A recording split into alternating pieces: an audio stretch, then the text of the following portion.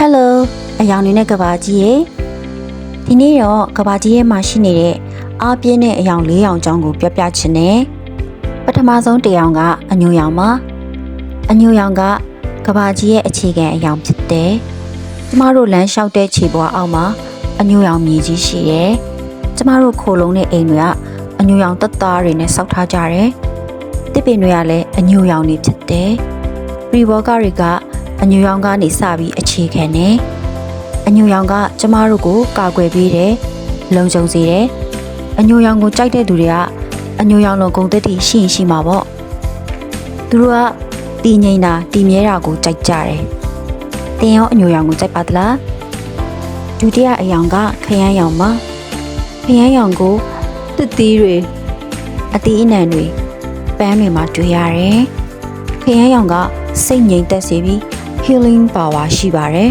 ။ခရမ်းရောင်ကလျှို့ဝှက်စမ်းကြည့်ပြီးတီထွင်ဖန်တီးနိုင်စွမ်းကိုလည်းကိုးစားပြပါတယ်။ခရမ်းရောင်ကိုကြိုက်တဲ့သူတွေကခရမ်းရောင်လုံးကုန်တဲ့ရှိမှာပေါ့။သူတို့ကလျှို့ဝှက်စမ်းကြည့်ပြီးတမူထူးခြားနေတာကိုကြိုက်ကြတာ။တရောခရမ်းရောင်ကိုကြိုက်ပါသလား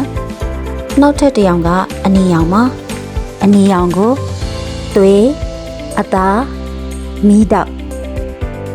တစ်သီးတွေဥတွေမိဖို့ကြောင့်တော့ဟင်ခက်အမွေးကြိုင်အသီးတွေ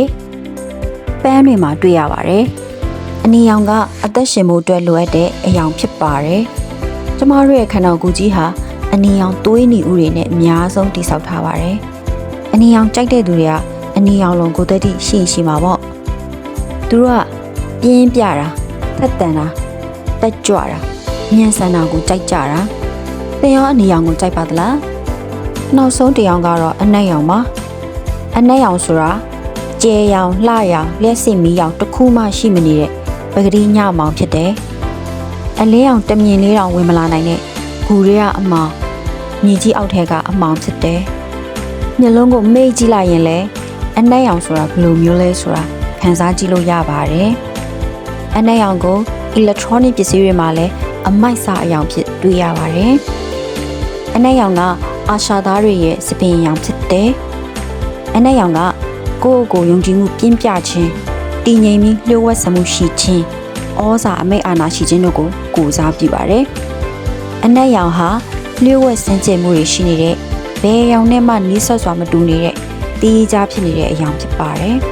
။အနက်ရောင်ကိုကြိုက်တဲ့သူတွေကအနက်ရောင်လိုဂုဏ်သတ္တိရှိမှာပေါ့။သူတို့က power confidence ရှိတာကိုကြိုက်ကြတာတင်ရောအနက်ရောင်ကိုကြိုက်ပါသလားအယောင်တွေရဲ့ဗီဒီယိုကိုကြည့်ရှုပေးလို့ကျေးဇူးတင်ပါတယ်နော်နောက်ထပ်ဗီဒီယိုတစ်ခုခုမှာတော့ soft color တွေအကြောင်းတင်ဆက်ပေးသွားပါမယ်ရှင်